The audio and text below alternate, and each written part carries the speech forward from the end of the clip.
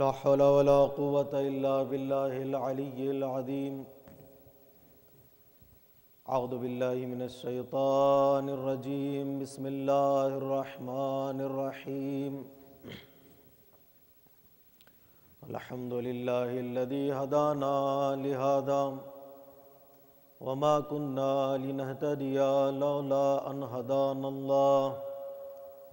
لقد جاءت رسل ربنا بالحق. ثم الصلاة والسلام على سيد الأنبياء والمرسلين خاتم النبيين حبيب إله العالمين سيدنا ومولانا بالقاسم محمد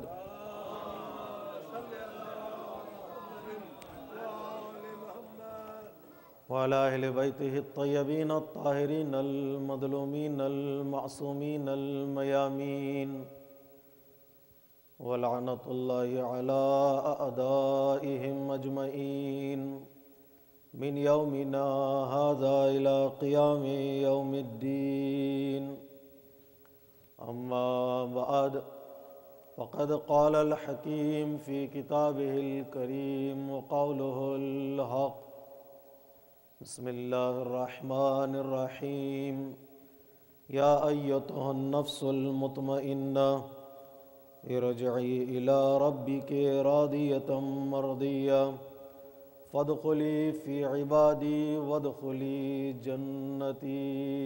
صلوات پڑھیں محمد.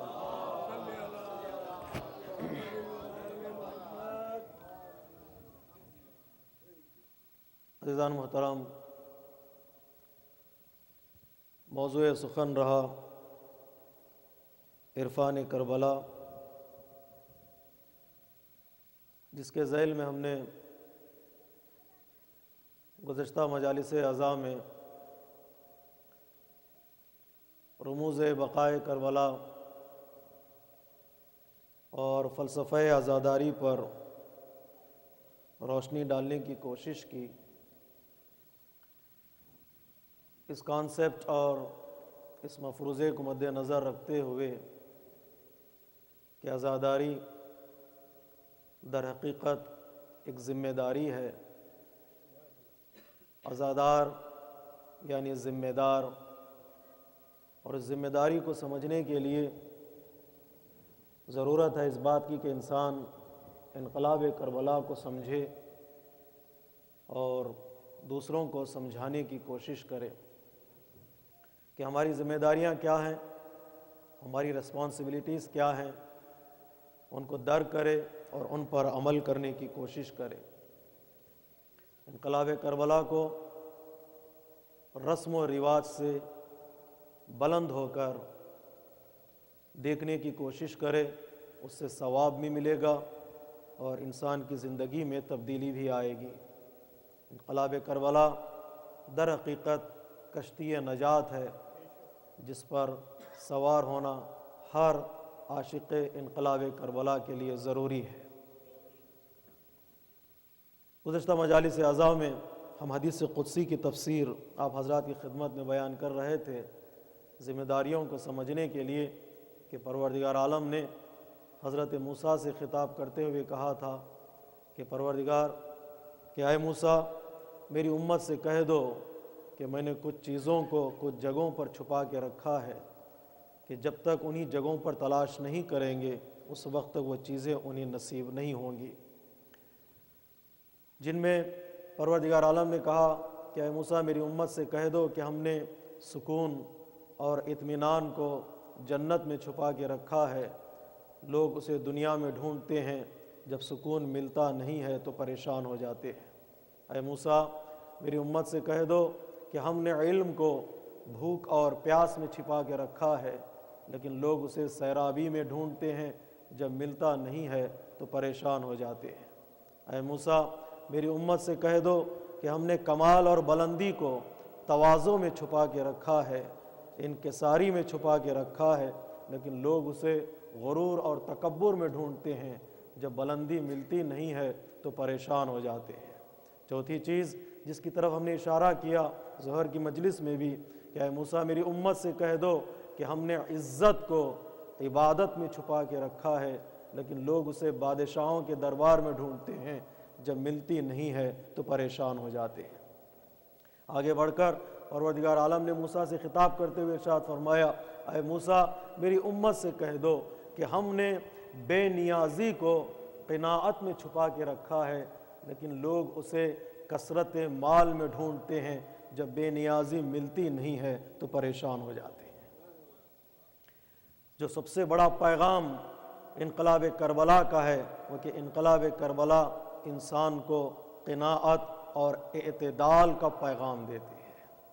یہ اعتدال اور یہ قناعت انسان کی زندگی میں یہ بیلنس کا جو تصور ہے بہت ہی ضروری ہے، اس لیے کہ جب تک قناعت انسان کی زندگی میں شامل نہیں ہوتی، کفایت شعاری انسان کی زندگی میں شامل نہیں ہوتی، اس وقت تک انسان کی زندگی کامیاب نہیں ہوتی۔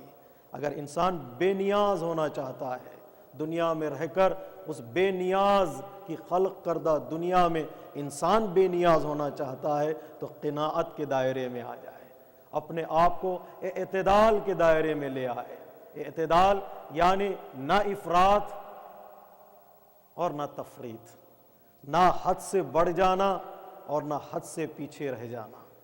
اعتدال یعنی مرکز عدل پر قائم رہنا ایک مومن کی پہچان ہے۔ کبھی انسان اپنی زندگی میں حد سے آگے بڑھ جاتا ہے، کبھی اپنی زندگی میں حد سے پیچھے رہ جاتا ہے۔ جو تمرکز اور سینٹر پوائنٹ سے ہٹ جاتے ہیں وہ پریشان ہوتے ہیں۔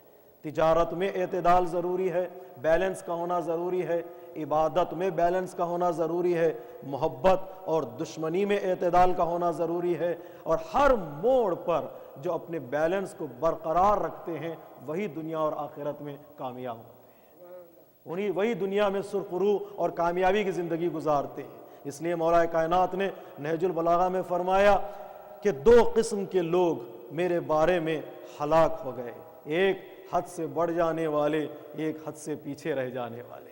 کچھ لوگوں نے حد سے مجھے بڑھا دیا، اللہ سے ملا دیا، وہ بھی ہلاک ہو گئے۔ کچھ لوگ میرے مقام کو سمجھ ہی نہیں پائے، وہ بھی ہلاک ہو گئے۔ صلوات پڑھیے محمد وآل محمد۔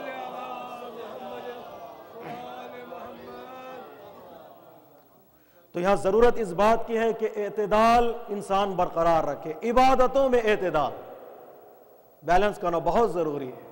دل نے چاہا کبھی تو رات بھر نماز پڑھتے رہے، دوسرے دن سوتے رہے، تیسرے دن نماز ہی بھول گئے۔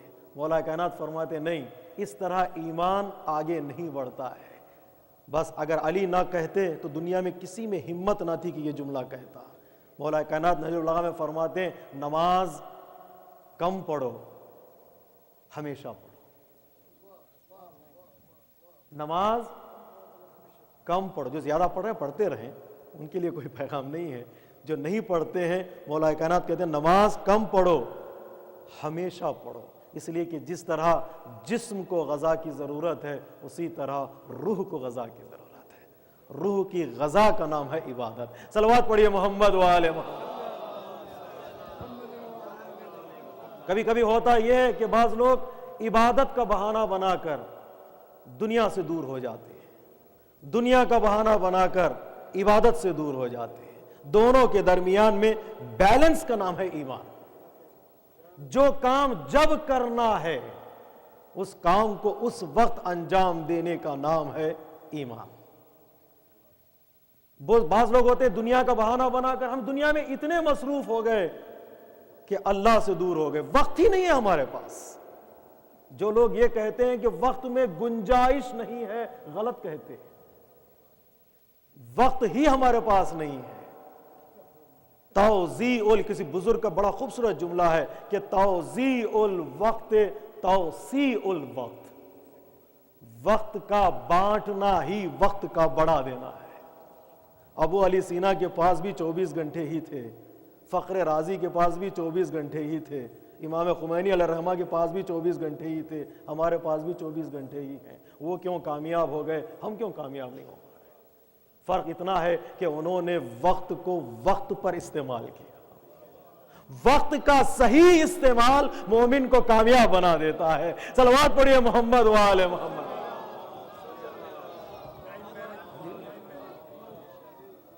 توزیع الوقت توسیع الوقت، پروردگار عالم نے ہر وقت کی قسم قرآن مجید میں کھائی، ہر وقت کی قسم کھائی، والعصر عصر کی قسم، واللیل رات کی قسم، والنہار دن کی قسم، والضحیٰ چاشنی کے وقت کی قسم، والفجر صبح کی قسم، ہر وقت کی قسم کھا کر پروردگار عالم نے وقت کی قیمت کو لوگوں کے سامنے پیش کر دیا، لوگوں کے سامنے پیش کیا کہ وقت یعنی کیا۔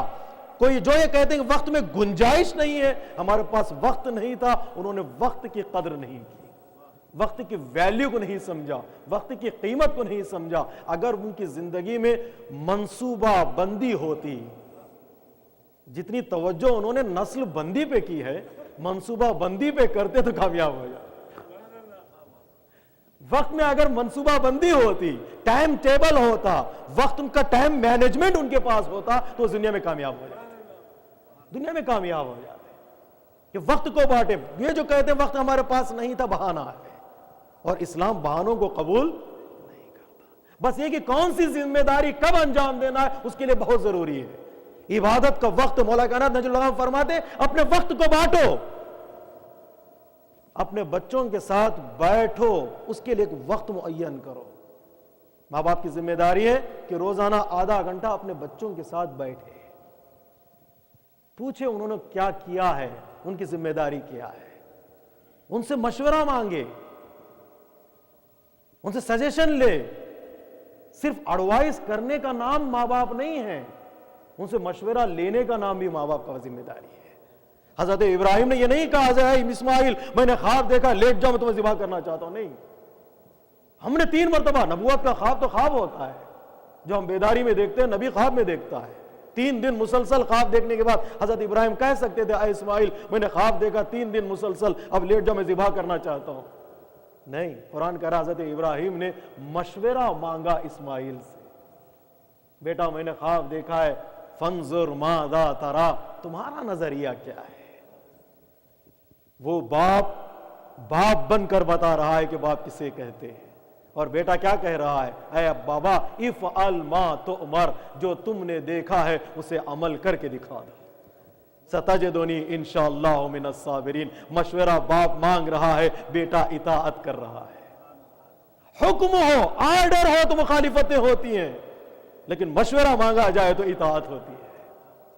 وہاں باپ ایک آدھا گھنٹہ ہم اپنی زندگی کا وقت اپنے بچوں کے لیے معین کریں۔ مولا کائنات نجل الغام فرماتے اپنے گھر والوں کے لیے ایک وقت کو مخصوص رکھو، تمہارے حلال خواہشات کو پورا کرنے کے لیے ایک وقت معین رکھو، اپنی تجارت کے لیے ایک وقت معین کرو، عبادت کے لیے وقت معین کرو۔ ایسا نہ ہو جاؤ مصلی پر چلے جاؤ تو دنیا کو بھول جاؤ، ایسا نہ ہو جائے کہ دنیا میں چلے جاؤ تو عبادت کو بھول جاؤ۔ دونوں کے درمیان بیلنس کرنے کا نام ایمان ہے۔ حضرت بہلول ایک شہید پر پڑا ہوا تھا، ایک لکڑی کا پلر پڑا ہوا تھا، حضرت بہلول گئے، ایک طرف سے اس پلر کو اٹھانے کی کوشش کی، آسانی سے اٹھ گیا، دوسری طرف سے اٹھانے کی کوشش کی، آسانی سے اٹھ گیا، درمیان سے اس پلر کو اٹھانے کی کوشش کر رہے ہیں، مشکل ہو رہا ہے کہ اس پلر کو اٹھائیں۔ لوگ مذاق اڑا رہے تھے، بہلول کو کیا ہو گیا ہے، کیوں یہ پلر کو اٹھانے کی کوشش کر، کبھی اس طرف جا رہے ہیں، کبھی اس طرف جا رہے ہیں، کبھی درمیان میں آ رہے ہیں۔ حضرت بہلول نے کہا پلر کا ایک گوشہ ہے دنیا، جسے اٹھانا چاہو آسانی سے اٹھ جائے گا، پلر کا دوسرا گوشہ ہے آخرت، جسے اٹھانا چاہو آسانی سے اٹھ جائے گا، دونوں کو ملا کر اٹھانا چاہو تو مشکل ہے۔ جو دنیا کے ہو جاتے ہیں، دنیا میں زندگی گزارنا بہت آسان ہے، لا الہ الا اللہ کہہ دیا تو مشکل میں پھنس گئے، محمد رسول اللہ کہہ دیا تو اور پابندیاں بڑھ گئی، علی ولی اللہ کہہ دیا تو اور پریشانیاں ہو جاتی ہیں۔ تو کہہ دیا تو دنیا میں آئے، دنیا میں رہ کر اپنے ایمان کو آخرت کا خیال کر کے گزارنے کا نام ہے ایمان۔ دنیا سے کنارہ کشو، غار میں چلے جاؤ، مسلسل عبادت کرتے رہو، آسان ہے، دنیا میں ہو جاؤ آسان ہے، دونوں کو ملا کر دنیا میں رہیں، کانٹوں کے درمیان سے ایسے گزر جاؤ کہ ابا کے دامن میں کوئی کانٹا نہ لگے، اسی کا نام ایمان ہے۔ صلوات پڑھیے محمد وآل محمد پر۔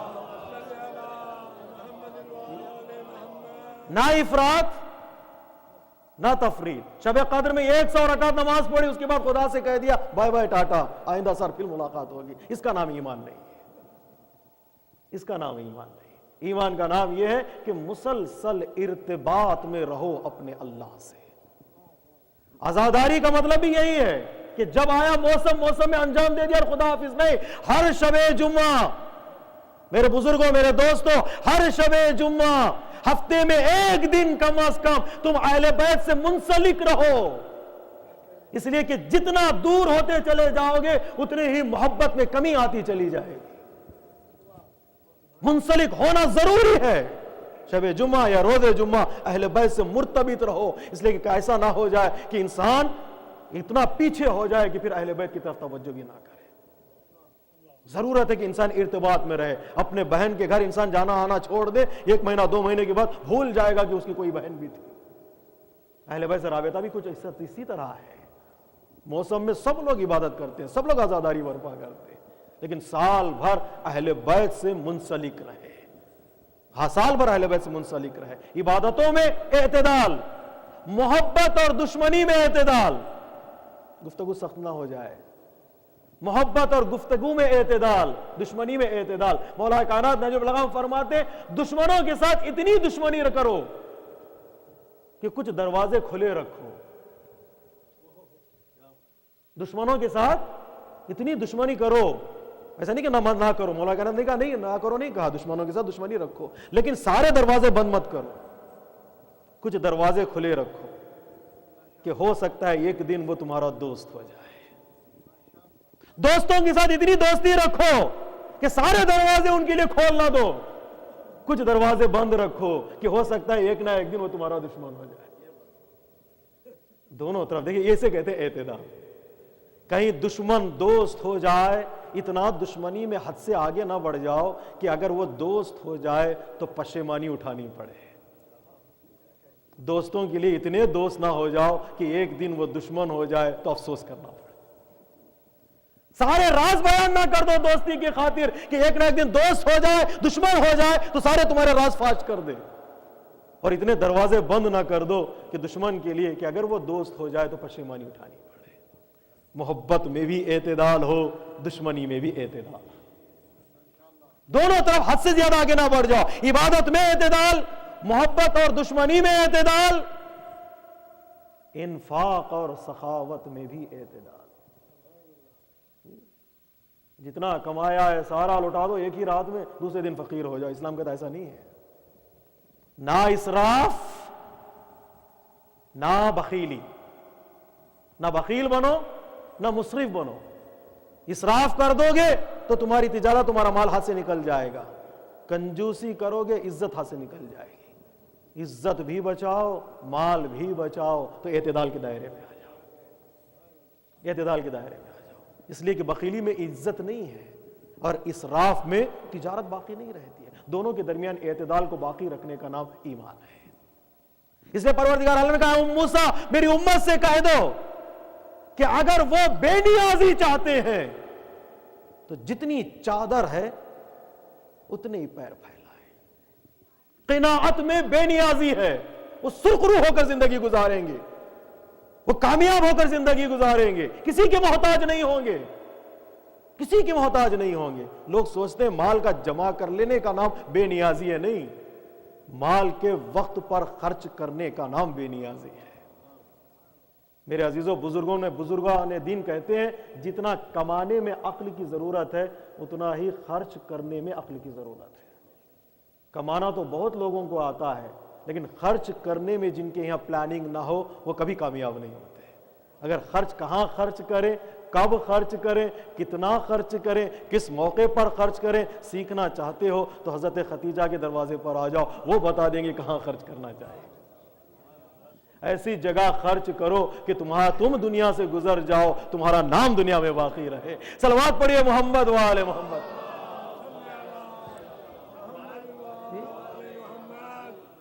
کتنا مال خرچ کیا حضرت خدیجہ نے، کتنا لٹایا حضرت خدیجہ نے۔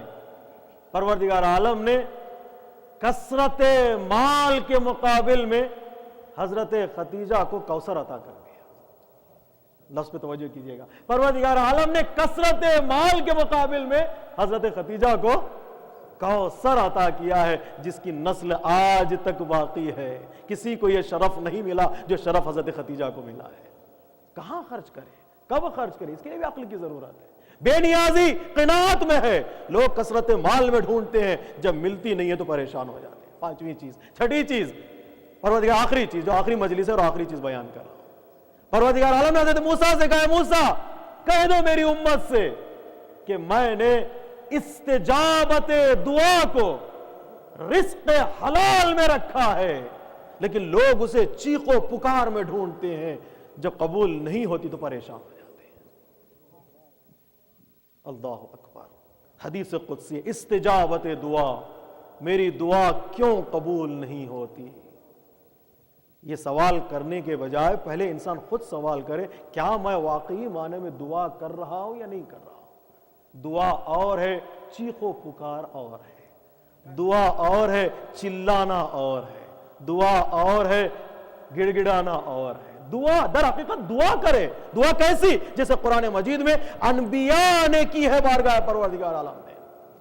خانہ کعبہ کی تعمیر کرنے کے بعد, اس سے بڑی فضیلت کیا ہے؟ خانہ کعبہ کی تعمیر کرنے کے بعد حضرت ابراہیم و اسماعیل نے بارگاہ پروردگار عالم میں ہاتھوں کو بلند کیا, کہا ربنا تقبل منا انکا انت السمیع العلیم. خلوص کے ساتھ, پاک نیتی کے ساتھ اقدام کیا. اقدام کرنے کے بعد دعا کی. بعضوں کہتے ہیں دعا یعنی بغیر کوئی کام کے دعا, بغیر حرکت کے دعا. کتاب کھولی نہیں, پروردگار مجھے امتحان میں کامیاب کر دے, ایسی دعا کبھی قبول ہوتی ہی نہیں. اقدام کرو اور دعا کرو, کام شروع کرو اور دعا کرو. اس لیے بزرگان دین کہتے ہیں وقت پر نکلنا میرا کام ہے اور وقت پر پہنچانا اس کا کام ہے. حرکت میرا کام ہے, اس حرکت میں برکت عطا کرنا اس کا کام ہے. نکل کر دعا کرو تو وہ پہنچا دے گا. لیکن اکثر ہوتا ہے کہ نکلتے نہیں ہے, دعا کرتے پروردگار ہمیں دے دے. تو پروردگار کہے گا, اصول بتائے پروردگار عالم نے, اصول بنائے ہیں, بس یہ اصول یاد رکھیے گا جو آج کی مجلس کا تحفہ ہے. وہ یہ کہ پروردگار عالم نے دنیا کے ہر کام کو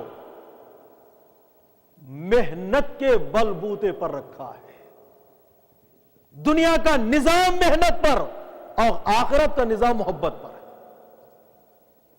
دنیا کا نظام محنت پر اور آخرت کا نظام محبت پر. دنیا میں جتنی محنت کرو گے اتنی ترقی ہوگی, چاہے مومن کرے یا کافر کرے.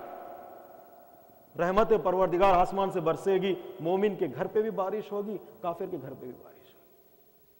ترقی کرے گا, مومن محنت کرے گا تو ترقی کرے گا, کافر محنت کرے گا تو ترقی کرے گا. پروردگار میں مومن ہوں, مجھے دے دے, اسے کیوں دے رہا ہے؟ آواز قدرت آئے گی, دنیا کا نظام ہم نے محنت پر رکھا ہے, جو محنت کرے گا وہ کامیاب ہے, جو محنت کرے گا وہ کامیاب ہوگا. پھر آخرت کا نظام پروردگار عالم نے محبت پہ رکھا ہے. جس کے دل میں جتنی محبت ہوگی محمد و آل محمد کی, اتنا ہی جنت میں درجات میں بلندی ہوگی. صلوات پڑھیے محمد و آل محمد. نظام دنیا کا محنت پر ہے. بیج سے شروع ہوگا درخت, درخت سے درخت نہیں بنتا ہے, بیج سے درخت بنتا ہے.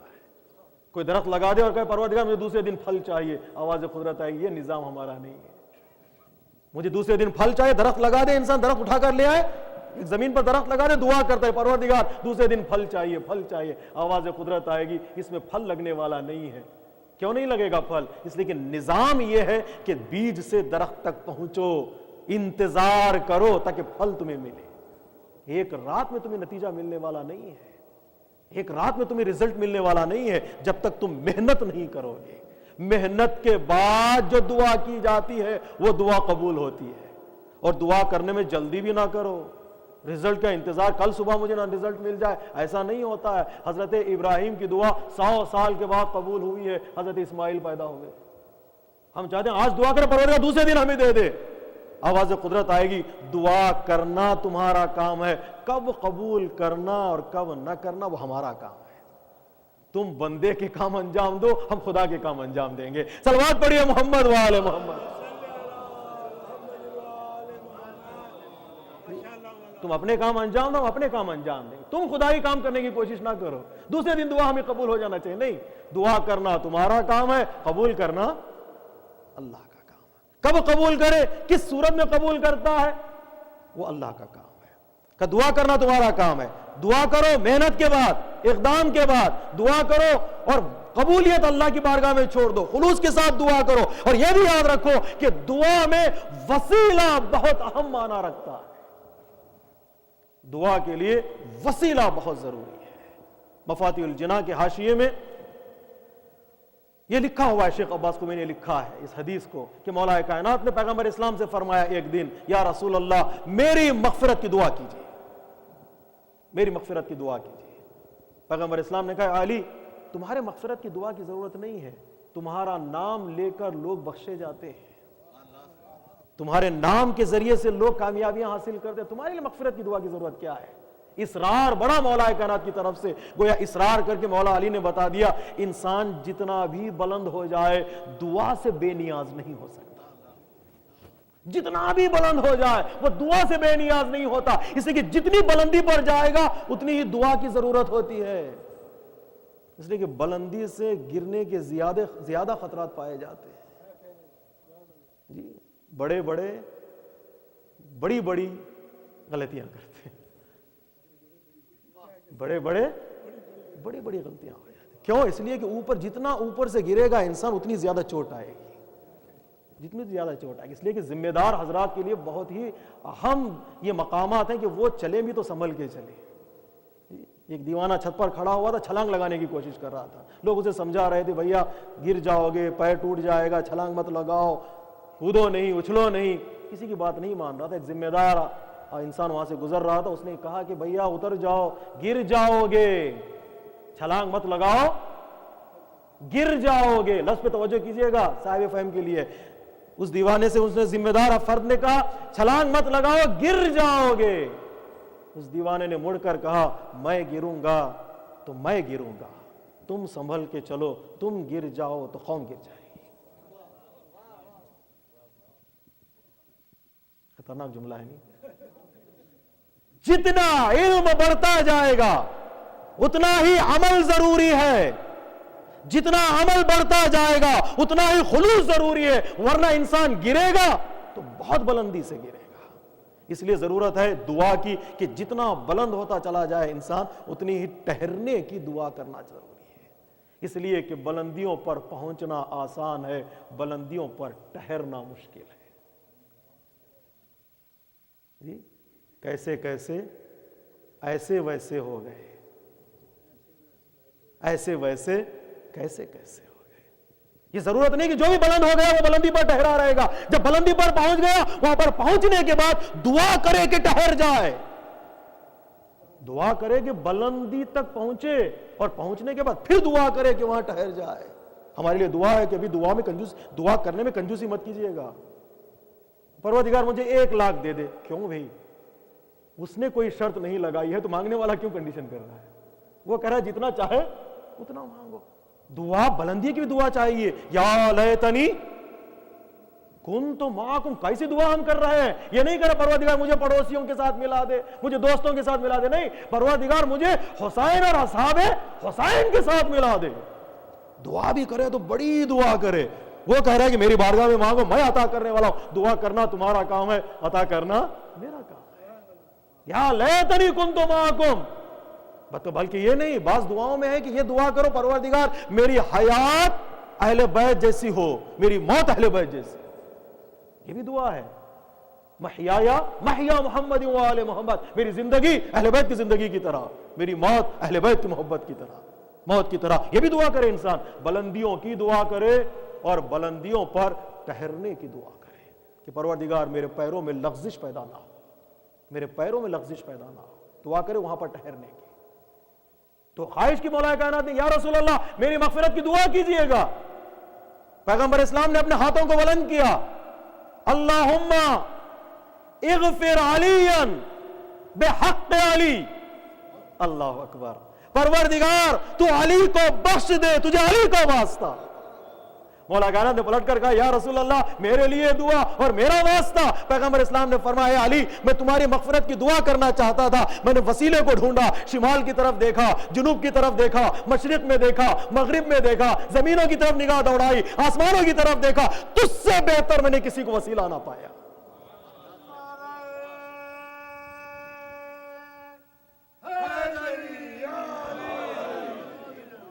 میں نے تجھ سے بہتر کسی کو وسیلہ نہیں پایا زمین پر. دعا میں وسیلے کی ضرورت ہے تو پیغمبر اسلام نے کہا اللہم اغفر علیًا بحق علی, پروردگار تو علی کو بخش دے تجھے علی کا واسطہ. زمین پر پیغمبر اسلام نے وسیلہ تلاش کیا, سوائے علی کے کوئی اور نظر نہیں آیا. چلیے آسمانوں پر چلے. شب معراج پہنچے پیغمبر اسلام, قاب قوسین او ادنا, وہاں تک پہنچے جہاں تک کوئی انسان نہیں پہنچ سکتا, انسان کا تصور نہیں پہنچ سکتا, انسان کا خیال نہیں پہنچ سکتا, فرشتے پر نہیں مار سکتے. وہ مقام جو ہو کا عالم تھا, تنہائی کا عالم تھا. پیغمبر اسلام تنہا تھے, آواز قدرت تھی اور پیغمبر اسلام تھے. عرش پروردگار تھا اور پیغمبر اسلام تھے. اللہ سے گفتگو ہوئی, پروردگار عالم نے علی کے لہجے میں رسول سے گفتگو کی. پیغمبر اسلام نے فرمایا یا اللہ یہاں پر علی آ گئے. آواز قدرت آئی, علی کا لہجہ ہے. کہا علی کے لہجے میں کیوں؟ آواز قدرت آئی اے محمد میں نے تمہارے اندر تنہائی کا احساس دیکھا.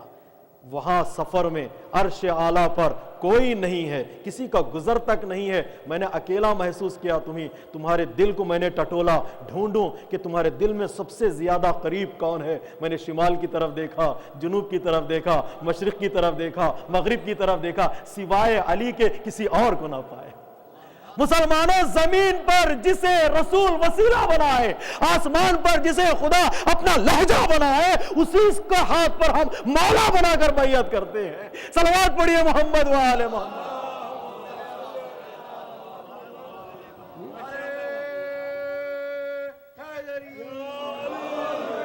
زمین پر جس ذات کو رسول وسیلہ بنائے, آسمان پر جس ذات کا لہجہ اللہ اپنائے, اسی کے ہاتھ پر ہم مولا کہہ کر بیعت کرتے ہیں. وہی مسلمانوں کا مولا ہے, وہی مسلمانوں کا مولا ہے. لہجہ اللہ نے اپنایا اور علی کے لہجے میں بات کی ہے پروردگار عالم نے. میرے عزیزو دو چیزیں ہیں جس میں اتحاد ممکن نظر نہیں آتا. میں نے محال کرنا لفظ استعمال نہیں کیا ہے, امپاسبل نہیں ہے اس دنیا میں. دو چیزوں میں اتحاد ممکن نظر نہیں آتا, ایک فکر, دوسرے لہجہ. ہر انسان کی فکر الگ الگ ہے. باپ کی فکر الگ, بیٹے کی فکر الگ. دو بھائیوں کے درمیان افکار میں اتحاد ممکن نہیں ہے. ایک افکار میں اتحاد ممکن نظر نہیں آتا, دوسرے لہجے میں. ہر انسان کا لہجہ الگ الگ ہے, ہر انسان کا لہجہ الگ الگ ہے. آج کل یہ آواز سے بھی پہچان, آئیڈینٹیفیکیشن آواز کے ذریعے سے بھی ہونے لگی ہے. شاید یہ تحقیق ہو رہی ہے, ہو چکی ہے کہ آپ بینک میں انٹر ہوں گے, آپ صرف ہیلو کہیں گے, سلام کہیں گے, تو آپ کی آواز کو سن کر کمپیوٹر آپ کا نام بتا دے گا. جیسے کہ جتنے دنیا میں لوگ ہیں اتنے لہجے ہیں, وہ آواز پہچان لے گا انسان خود بخود. یہ کون بول رہا ہے, کس انداز میں بول رہا ہے, اس کا نام کیا ہے, اس کی آئیڈینٹیفیکیشن کیا ہے, فوراً سمجھ سکتے ہیں اس کا لہجہ کیا, اس کا نام کیا ہے. دو چیزوں میں اتحاد ممکن نہیں ہے, ایک افکار میں, دوسرے لہجے میں. ناممکن چیزوں کو کربلا والوں نے ممکن بنا دیا. دشت کربلا میں 72 تھے, سب کی فکر ایک تھی. کیوں یہ انقلاب کامیاب ہے؟ توجہ کیجئے گا میرے عزیزو, 72 تھے, سب کی فکر ایک تھی.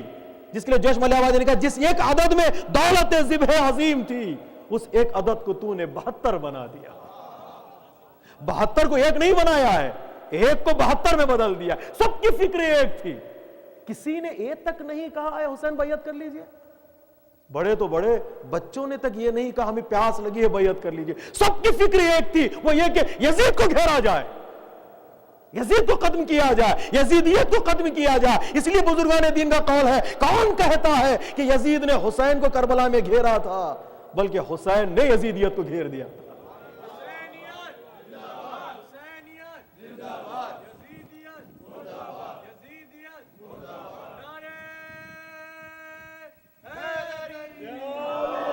کون کہتا ہے کہ یزید نے حسین کو گھیرا؟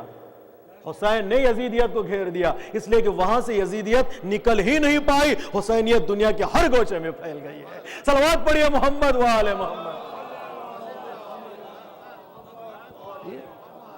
ہر عبادت میں حسین کا تذکرہ، ہر کمال میں حسین کا تذکرہ۔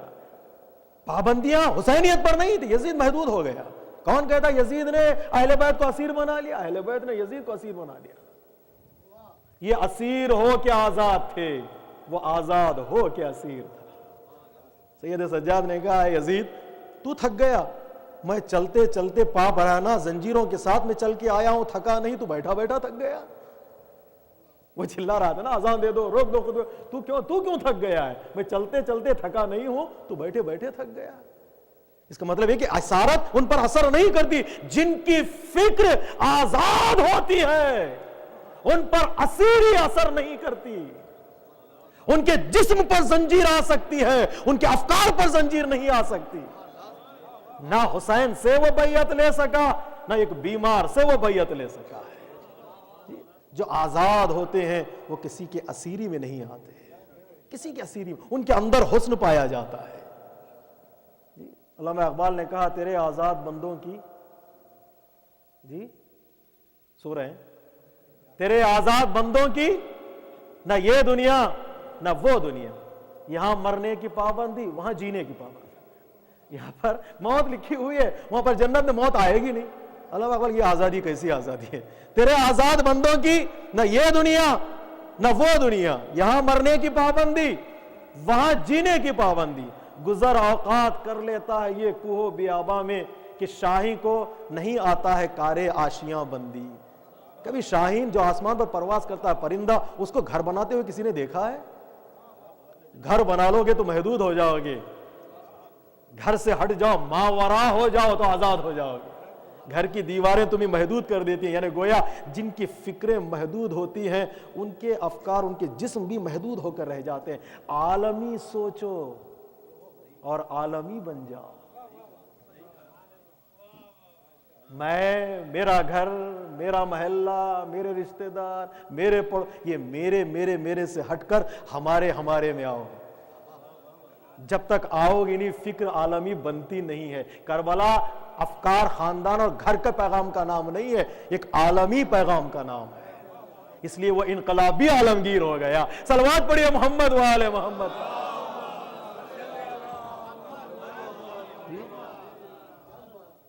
اصلاح میں میں، طرفداری میں ہم۔ اصلاح میں میں، طرفداری میں ہم۔ اگر نفس کی اصلاح کی کوشش کرو، شروع کرو میں سے۔ بات اگر کرنا چاہ تو کرو ہم سے۔ ہم کیا کرتے ہیں؟ اصلاح میں دوسرے وہ، اور جب بات آتی ہے تو ہم، میں نہیں۔ اصلاح میں میں، طرفداری میں ہم۔ ہمارا یہ عقیدہ ہے، ہمارا یہ ایمان، میرا یہ عقیدہ نہیں چلے گا۔ میرا، یہاں میرا جب آتی ہے بات تو سارے گڑبڑی یہاں شروع ہو جاتی ہے۔ آزاداری میں میرا، انقلاب کربلا میں میرا نہیں چلے گا۔ دین کیا کہتا ہے؟ دین کے ظاہرے میں آؤ گے تو ہم، اصلاح کی بات آئے تو میں۔ پروردگار پیغام اسلام سے کہہ رہا ہے تم اصلاح کرنا چاہ رہو اپنی ذات سے شروع کرو۔ پیغمبر اسلام سے پروردگار کہہ رہا اپنی ذات سے، تمہاری بیویاں، تمہاری بیٹیاں، اس کے بعد قوم۔ اس لیے کہ اصلاح کی ذات شروع ہوتا ہے، سفر اصلاح کا سفر ہوتا ہے مجھ سے، میں، میری بیوی، میرے بچے، میرا گھر، اس کے بعد قبیلہ۔ لیکن جب عقیدے کی بات آتی ہے، اصلاح کی بات آتی ہے، قوم معاشرے کی بات آتی ہے، وہاں ہم ہیں۔ وہاں ہم کیا سوچتے ہیں، ہمارا نظریہ یہ ہے، ہمارا آئیڈیا یہ ہے، ہماری ایڈوائز یہ ہے، وہاں میں نہیں چلے گا۔ تو جو گھر بناتے ہیں، دیواریں بنا لیتے ہیں افکار میں، وہ محدود ہو جاتے ہیں۔ عالمی سوچ رکھو، عالمی ہو جاؤ۔ اسلام کسی بارڈر کا قائل نہیں ہے، وہ انٹر کنیکٹڈ ہے ساری دنیا کے ہر فرد سے۔ اگر کہیں بھی ظلم ہو رہا ہے تو میرا دل تڑپے۔ کیوں تڑپے؟ اس لیے کہ میرا اس سے رابطہ ہے۔ کس کا رابطہ ہے؟ اگر مومن ہے تو ایمان کا رابطہ، انسان ہے تو انسانیت کا رابطہ۔ مومن ہے تو مومن کا، ایمان کا رابطہ، اگر انسان ہے تو انسانیت کا رابطہ ہے۔ پاکستان میں بم بلاسٹ کے ذریعے سے کوئی شہید ہو جائے تو میں بے توجہ ہو جاؤں؟ بے توجہ ہو گیا، غافل ہو گیا، اس کا مطلب یہ کہ میرا اس سے کوئی کنیکشن نہیں ہے۔ جب انسانیت کا کنیکشن ٹوٹ جاتا ہے، میں محدود ہو جاتا ہوں، وہ محدود نہیں ہوتا ہے۔ بس ایک جملہ کہہ دوں، معافی چاہتا ہوں، کبھی کبھی جذباتی ہو جاتا ہوں میں بھی۔ ایک جملہ کہہ دوں، حق کے خلاف خاموش رہنے سے حق بدنام نہیں ہوتا، خاموش رہنے والے مشکوک ہو جاتے ہیں۔ اس جملے کو اپنے رکھیے، ڈائری میں لکھیے، میرا نہیں، کسی بزرگ کا جملہ، یاد نہیں آ رہا نام۔ حق کے خلاف خاموش رہنے سے حق بدنام نہیں ہوتا، حق کے اپنے پیر ہوتے ہیں، خاموش رہنے والے مشکوک ہو جاتے ہیں۔ آج دنیا میں کہیں ظلم ہو رہا ہے، اگر ہم بولیں گے نہیں تو یہ نہیں کہ مظلوم کا کوئی ساتھی نہیں ہے، جس کا اللہ یاور ہے اسے کسی اور کی یاوری مدد کی ضرورت نہیں ہے۔ خاموش رہنے والے مشکوک ہو جاتے ہیں، خاموش رہنے والے مشکوک ہو جاتے ہیں۔ طالبان وہابیت، زائنزم شیعت کے سب سے بڑے دشمن ہیں۔ جیسے یہود اور سعود، قافیہ بھی ایک، ردیف بھی ایک، یہ دونوں مل کر شیعت کو تباہ کرنا چاہ رہا۔ آج ہی کسی نے مجھے فتویٰ سنایا، اس نے فتویٰ دیا ہے کہ پاکستان میں شیعوں کو رہنے نہ دو۔ یہ اس کے خلاف مقابلے میں انسان اب بھی خاموش رہے، کب تک خاموش رہے؟ دنیا سے مٹا دو، شیعوں کو دنیا سے مٹا دو، اس لیے کہ ان کو معلوم ہے کہ جب تک یہ شیعہ رہیں گے حق کا پیغام دنیا میں رہے گا۔ ہم سلطانوں کے خلاف بولیں گے، کیوں؟ امامت کے قائل ہیں۔ ہم بادشاہوں کے خلاف بولیں گے، کیوں؟ ولایت کے قائل ہیں۔ ہم مظلوموں کی حمایت میں بولیں گے، کیوں؟ ظالموں کے خلاف ہیں۔ ہم کہیں بھی، چاہے وہ یہودی پر ظلم ہو، غور کیجئے گا، یہ پیغام سنا دیجئے ہر یہودی کو، ہر نصرانی کو، اگر کرسچنز پہ ظلم ہو، یہودیوں پر ظلم ہو، کسی کافر پر ظلم ہو، اگر وہ مظلوم ہے تو ہم اس کے ساتھ ہیں۔ کیوں؟ اس لیے کہ کربلا مظلومیت کا پیغام ہے۔ کربلا یہ نہیں کہتا گھر جلا کر زندگی گزارو، کربلا یہ کہتا ہے گھر بنا کر زندگی گزارو۔ زینب کبریٰ نے اپنا سب کچھ لٹا دیا، دین کو بچا لیا۔ بس وہ لوگ جو سو رہے ہیں ان کو جگانے کے لیے جملہ کہہ دوں، علی کی بیٹی کو جھک کر سلام کر اسلام، یہ دو اماموں کو گھر تک بچا کے لائی ہے۔ کیوں؟ اپنا سب کچھ لٹا دیا، امامت کو بچا لیا۔ یہ عقیدہ ہونا چاہیے، یہ تصور ہمارے ذہنوں میں محفوظ رہے۔ جتنی سوچ محدود ہوگی اتنے ہم محدود ہو جائیں گے۔ کتنا خوبصورت جملہ ہے مولا علی کا، اے علی تیرا کلام بھی علی ہے، تیرا کلام بھی علی ہے۔ مولا کائنات رضی اللہ عنہ فرماتے ہیں، رشتہ داروں کے موضوع پہ فرماتے ہیں لیکن اس کو ہم عام کر سکتے ہیں۔ مولا کائنات فرماتے ہیں تم اپنے رشتہ داروں سے ایک ہاتھ کو روک کر یہ نہ محسوس کرو کہ تم نے بچا لیا۔ یہ ایک ہاتھ کو رشتہ داروں کو کچھ دینے کا موقع آتا ہے تو انسان کہتا ہے وہ کام کیوں نہیں کرتے، وہ قیام کیوں نہیں کرتا، وہ پڑھتا کیوں نہیں، وہ جاتا ہے۔ جب رشتہ داروں کی بات آتی ہے تو انسان 70 سوال کرنا شروع کرتا ہے۔ مولا کائنات رضی اللہ عنہ فرماتے ہیں رشتہ داروں سے ایک ہاتھ کو روک کر یہ نہ سوچو کہ تم نے بچا لیا، بلکہ تم 40 ہاتھوں سے محروم ہو گئے۔ کتنا خوبصورت جملہ ہے۔ ایک ہاتھ کو روک کے تم سمجھ رہے کہ میں نے ایک ہاتھ کو روک لیا، درحقیقت تم نے ایک ہاتھ کو روکا نہیں ہے، ہزاروں ہاتھوں سے تم محروم ہو گئے۔ اس لیے کہ جب وقت پڑے گا تو ہزاروں ہاتھ اگر تم دے دیتے تو ہزاروں ہاتھ تمہاری مدد کے لیے بڑھتے۔ تم نے روک کر اپنے آپ کو ہزاروں ہاتھوں کو دور کر دیا۔ کاٹنا کتنا آسان ہے، جوڑنا کتنا مشکل ہے۔ دور کرنا ایک جملے میں، ایک گالی، ایک غصہ، ایک چلانا، قوم سے انسان قوم کو دور کر دے گا، لیکن ان سب کو جوڑنے میں کتنی محنت لگتی ہے۔ تعمیر اور تحفیظ بہت بڑا مرحلہ، معافی چاہتا ہوں، شاہین کی طرح زندگی گزارے، گزر اوقات کر لیتا ہے یہ کوہ بیاباں میں کہ شاہی کو نہیں آتا ہے کارے آشیاں بندی۔ یہ فیضان نظر تھا یا کہ مکتب کی کرامت تھی، سکھائے کس نے اسماعیل کو آداب فرزندی۔ یہ فیضان نظر تھا یا کہ مکتب کی کرامت تھی، سکھائے کس نے اسماعیل کو آداب فرزندی۔ میرے مشاطگی کی کیا ضرورت حسن معنی کو۔ یہ شعر اگر سمجھ جائے تو سمجھ گئے، اگر نہیں سمجھے تو پھر مجھے آئندہ سال بلانا پڑے گا۔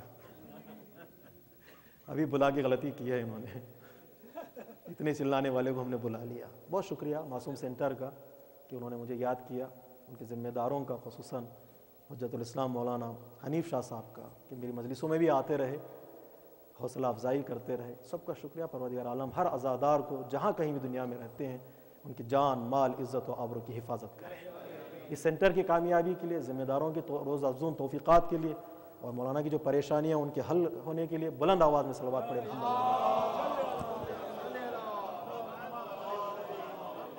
میں ادنا سا ایک طالب علم رٹ کے آتا ہوں، شعر، آیت، حدیث رٹ کے آتا ہوں، ڈٹ کے پڑھتا ہوں، بس یہی میرا کام ہے۔ رٹ کے آتا ہوں، جو آج رٹتا ہوں وہ پڑھ دیتا ہوں، پھر کل کے بھی نہیں رکھتا۔ کبھی کبھی موقع نہیں ملتا ہے تو پھر وہ مجلس میں وہ چاشنی آپ کی نہیں ملے گی۔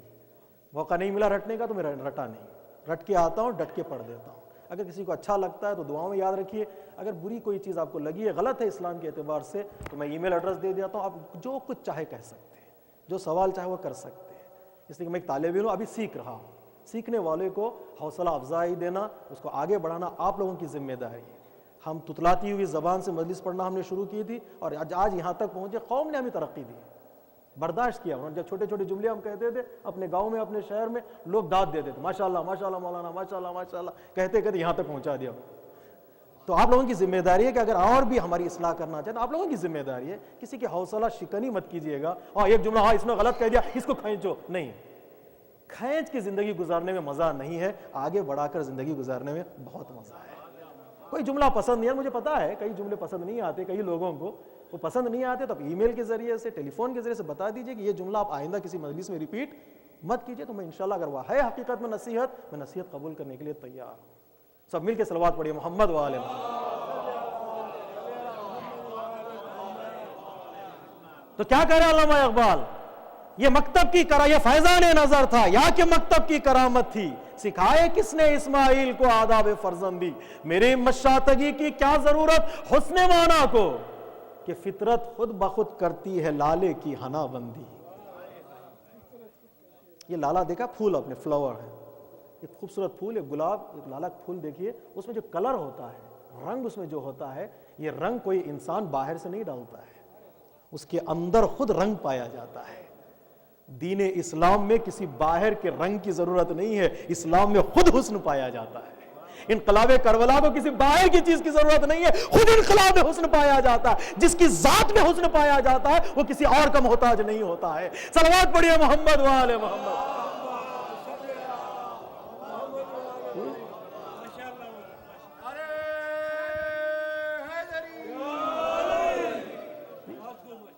میں نے خواب دیکھا ایسا ہونا چاہیے، وہ کربلا کو میرے خواب کی ضرورت ہے۔ میں نے خواب دیکھا ایسا ہونا چاہیے، کسی شاعر کا شعر نہ کسی کا خواب۔ کربلا کو کسی اور کی ضرورت نہیں ہے، کربلا بذات خود غنی ہے۔ کربلا کے دامن میں اتنی چیزیں ہیں، کائنات کھڑے ہو کر مانگتی چلے جائے تو ان کا دامن بھر جائے گا، کربلا کبھی خالی نہیں ہوگی۔ صلوات پڑھیے محمد و آل محمد۔ ان کا دامن بھر جائے گا، انقلاب کربلا کبھی خالی نہیں۔ بذات ان کی اسلام کے اندر حسن ہے، کسی اور مکتب کے رسم و رواج کو اپنانے کی مجھے ضرورت نہیں ہے، میں بانٹنے والا ہوں، لینے والا نہیں ہوں۔ ہمارا تبرک کا کانسیپٹ کیوں ہے؟ ہم بانٹنے والے ہیں۔ تبرک کا مطلب کیا ہے؟ تبرک کا مطلب صرف کھانا نہیں ہے، تبرک کا مطلب یہ کہ ہم تقسیم کرنے والے، لینے والے نہیں ہیں۔ کسی اور کے کلچر کو لے کر میں اسلامائز کرنے کی مجھے ضرورت نہیں ہے، اسلام میں خود اتنی اچھی چیزیں ہیں، ان کو عام کرنے کی ضرورت ہے۔ ان کو عام، تبرک یعنی اسلام سے تبرک بانٹیے۔ بہت حسن ہے اسلام میں، بہت حسن ہے اسلام میں۔ ایک سلام کی تبلیغ کر دیجیے ساری دنیا میں، کسی اور دین میں سلام تک نہیں ہے جو اسلام میں سلام ہے۔ سلام عبادتوں تو عبادتیں، سلام تک نہیں ہے۔ سلام علیکم یعنی کیا؟ پیس بی آن یو، تم پر سلامتی ہو۔ کسی اور زبان میں ہے، کسی اور دین میں ہے یہ لفظ، کسی اور زبان میں ہے یہ لفظ؟ گڈ مارننگ، صبح بخیر ہو، دوپہر کیا ہو اللہ مالک، دوپہر آئے گی تو دیکھا جائے گا۔ گڈ آفٹرنون، پھر دوپہر آ گئی تو کہہ دیا بچ گئے تو گڈ آفٹرنون، اگر چلے گئے تو صرف گڈ مارننگ میں رہو. میں کسی زبان کی توہین نہیں کر رہا ہوں، لیکن لفظ کا مسئلہ بتا رہا ہوں. لیکن اسلام کہتا ہے سلام علیکم، تم پر سلامتی ہو کب؟ جب تک زندہ رہو، تمہارا دن سلامتی کے ساتھ گزرے، تمہاری زندگی سلامتی کے گزرے. اسلام میں کوئی محدودیت نہیں ہے، کوئی محدودیت نہیں ہے. سلام سے اسلام شروع ہوتا ہے، سلام پر اسلام ختم ہوتا ہے. بس بائے بسم اللہ سے قرآن شروع ہوتا ہے، سین پر ختم ہوتا ہے. قرآن اور اہل بیت تمہاری زندگی کے لیے بس، کوئی قید نہیں ہے، کوئی قید نہیں ہے. سلام علیکم، ایک سلام کا جواب دنیا نہیں دے سکتی. میری مشاطگی کی کیا ضرورت ہے؟ میں رنگ بھرنے کی کوشش کروں، میں کسی کلچر کو اسلامائز کرنے کی کوشش کروں؟ ضرورت نہیں ہے. معافی چاہتا ہوں، جرأت سے بولتا ہوں، اسلامائز کرنے کی ضرورت نہیں ہے. کل اسلام میں خود ایسی چیزیں ہیں، جائیے کتابیں پڑھیے، نکالیے. ہزاروں چیزیں آج بھی پردے میں ہیں. حدیثیں سمجھنا ہمارا کام ہے، روایتیں سمجھنا ہمارا کام ہے. اسٹڈی کرے، اسلام کا دامن بھرا ہوا ہے، اس لیے کہ اسلام میں قرآن بھی ہے اور اہل بیت بھی ہے. تحریر دیکھتے جاؤ، پڑھتے جاؤ، تصویر دیکھتے جاؤ، پڑھتے جاؤ، دیکھتے جاؤ، پڑھتے جاؤ، دیکھتے جاؤ. شجاعت، شجاع، اسلام کی تحریر کو قرآن، اسلام کی تصویر کو اہل بیت کہتے ہیں. پڑھتے جاؤ، دیکھتے جاؤ. مکمل زندگی کا نمونہ ہمیں قرآن و اہل بیت میں مل جائے گا. بات کہاں سے شروع ہوئی تھی؟ افکار میں اتحاد مشکل ہے، لیکن حسین نے فکروں کو متحد کر دیا، سوچ عالمی بنا دی. انقلاب کربلا ہر زمانے پہ چھا گیا، کل نہیں آج بھی. دوسرا اتحاد ہے لہجے کا اتحاد. لہجے میں اتحاد مشکل ہے، لیکن دربار یزید میں جب زینب کبریٰ نے خطبہ دینا شروع کیا، اصحاب رسول نے کہا کیا آج شام کے دربار میں علی آ گئے؟ اللہ اکبر. لہجے میں بھائی نے افکار کو متحد کر دیا، بہن نے لہجے کو متحد کر دیا. علی مزاج، علی دل، علی نظر زینب. علی مزاج، علی دل، علی نظر زینب. ہے تجھ میں نہج بلاغہ کہ سب اثر زینب. آنکھوں میں آنسو ہو، زبان پر سبحان اللہ. علی مزاج، علی دل، علی نظر زینب. ہے تجھ میں نہج بلاغہ کہ سب اثر زینب. جہاں میں لہجہ حیدر کے دو ہی مالک ہیں، جہاں میں لہجہ حیدر کے دو ہی مالک ہیں. ایک آسمان پہ خدا، ایک زمین پر زینب. ایک آسمان پہ خدا، ایک زمین پر زینب. وہاں بھائی نے افکار کو متحد کر کے شریک القرآن بن گیا. یہاں بہن نے لہجے میں اتحاد قائم کر کے شریکت الحسین بن گئے. حسین قرآن بچا کر شریک القرآن، زینب مقصد حسین بچا کر شریکت الحسین. میری ماں بہنیں فخر کریں شہزادی زینب کی ذات پر. روز عاشور مردوں کا دن ہے، روز اربعین عورتیں فخر کرنے کا دن ہے. ان کے پاس شہزادی زینب جیسی شخصیت ہے. شہزادی زینب جن کے عقیدے میں، جن کے ایمان میں، جن کے مذہب میں علی کی بیٹی زینب جیسی شخصیت ہو، وہ مذہب کبھی کھوکھلا نہیں ہوتا، وہ مذہب کبھی ناتوان نہیں ہوتا. اس لیے کہ زینب ہے. کون زینب؟ کئی ماؤں کی قسمیں آپ نے سنیں گی. شہزادی کا ایک لقب ہے ام الائمہ، اماموں کی ماں. لیکن پتہ ہے شہزادی زینب کا کیا لقب ہے؟ السلام علیک یا ام المصائب. اے مصیبتوں کی ماں، تجھ پر ہمارا سلام. کون سی ایسی مصیبت ہے جسے زینب نے برداشت نہیں کی؟ یہ 71 لاشوں کو اٹھایا حسین نے، سب کی مصیبتوں کو برداشت کیا، لیکن 72 کی مصیبت کو زینب نے برداشت کیا۔ جہاں حسین شہید ہو کر دشت کربلا میں سو گئے، حسین کی مصیبت کو بھی اپنے دل پہ اٹھایا زینب نے۔ بس لشکر اور لشکر میں فرق ہے۔ کربلا سے نکلتے ہوئے زینب نے کہا تھا، بھیا تمہارے ساتھی اور ہیں، میرے ساتھی اور ہیں، تمہارے لشکر میں اکبر تھے، میرے لشکر میں رباب ہے، تمہارے لشکر میں اصغر تھے، میرے لشکر میں سکینہ ہے۔ وہ شجاع انسانوں کا لشکر تھا بھیا، میرے ساتھ یتیم ہیں، میرے ساتھ اسیر ہیں، میرے ساتھ بیوہ ہے۔ سلام ہے شہزادی تجھ پر، تو نے اپنے خطبوں سے دشت کربلا کے بعد، عصر عاشور کے بعد زینب کبریٰ نے پھر گریہ نہیں کیا۔ عصر عاشور تک زینب کبریٰ گریہ کرتی رہی۔ جب امام نے آخری وصیت کی، بہن زینب اسبری یا زینب، صبر کرو، اور کہا امام نے مجھے نماز شب میں کبھی نہ بھولنا۔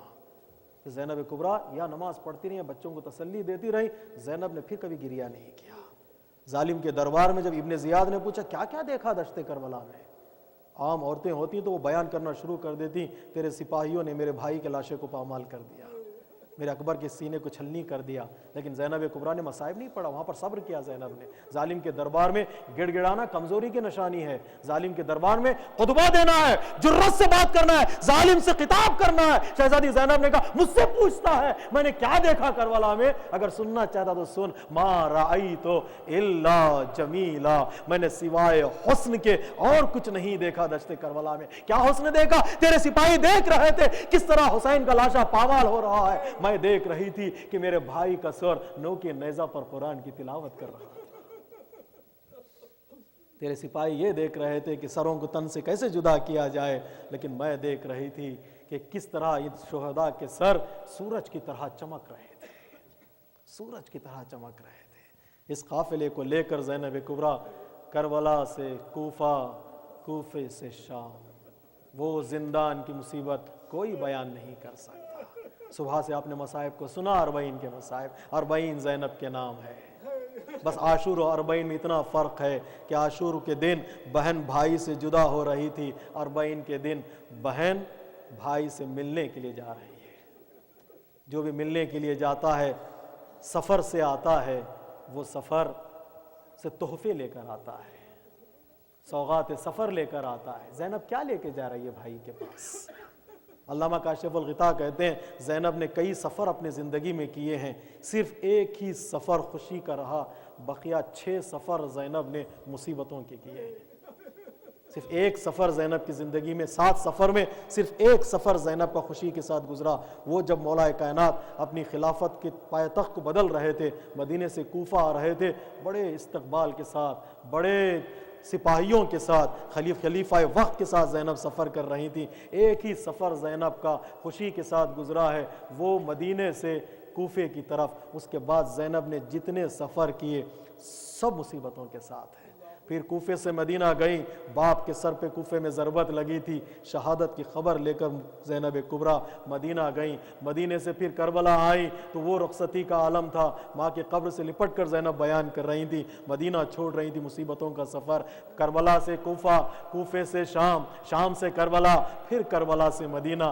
ہر سفر میں زینب کے مصیبت ہی مصیبت تھی۔ کیا سوغات لے جا رہی ہے؟ بھائی کی خدمت میں زینب نے سفر کے سوغات میں یہ کہا، بھیا اگر یہاں پر نامحرم نہ ہوتے تو میں اپنی ردا کو ہٹا کر بتا دیتی کہ میرے بازوؤں میں رسیوں کے نشان ہیں، میرے پشت پہ تازیانوں کے نشان ہیں۔ بھیا میں اگر کربلا چھوڑ کر کبھی نہ جاتی، اگر یہ بیویوں کو مدینہ پہنچانے کی ذمہ داری نہ ہوتی، میرے عزاداروں صبح سے آپ نے ماتم کیا ہے، بس جب زینب مدینے سے چلی تھی تو کیا عالم تھا، اب زینب قافلے کو لے کر مدینے کے دروازے پر آ رہی ہے تو کیا عالم ہے۔ بس انسان مقابلہ کرے، تقابلی مقابلہ، تصور کرے مصائب کا تو اس کے ذہن میں یہ بات آ جائے گی، جب مدینے سے زینب نکل رہی تھی تو عباس سوار کرنے والے، قاسم و اکبر بازوؤں کو تھامنے والے تھے، گودیاں آباد تھیں، اکبر زندہ تھے، قاسم زندہ تھے، عباس زندہ تھے، حسین ساتھ تھے، لیکن یہ قافلہ لٹا ہوا مدینے کی طرف آ رہا ہے، نہ عباس ہے، نہ اکبر ہے،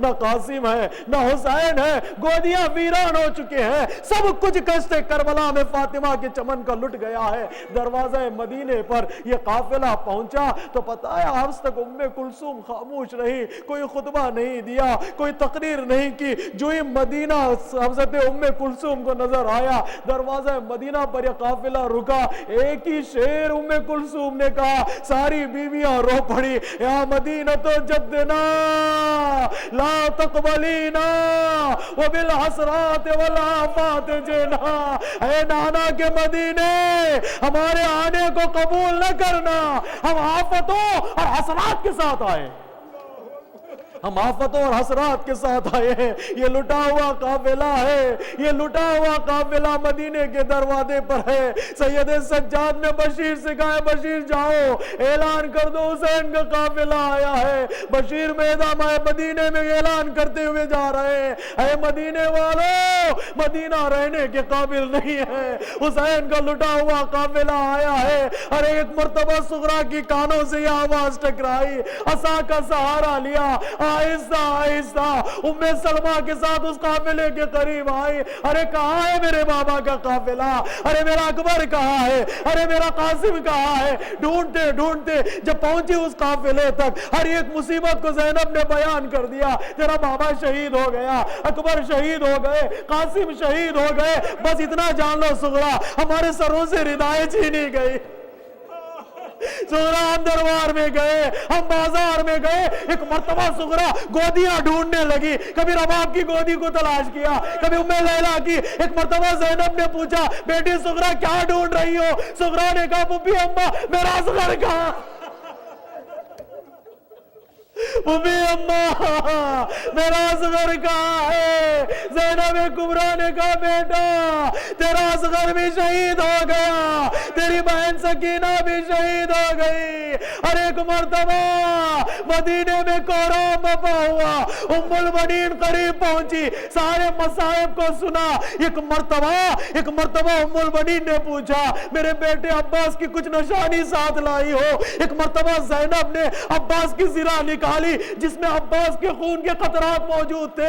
ام المؤمنین نے اس زرہ کو دیکھا، اپنے آنکھوں سے لگایا، اپنے سینے سے لگایا، برداشت کر نہ پائی، مدینے کی زمین پر بیٹھ گئی، بے ہوش ہو گئی، صرف 2 قطرے خون کے دیکھے ام المؤمنین بے ہوش ہو گئی۔ میں کہوں گا ذرا زینب کے جگر سے پوچھئے، جس نے اپنی آنکھوں سے اپنے بھائی کا سر دشتے کربلا میں کٹتا ہوا دیکھا، اکبر کے سینے پر برچی کا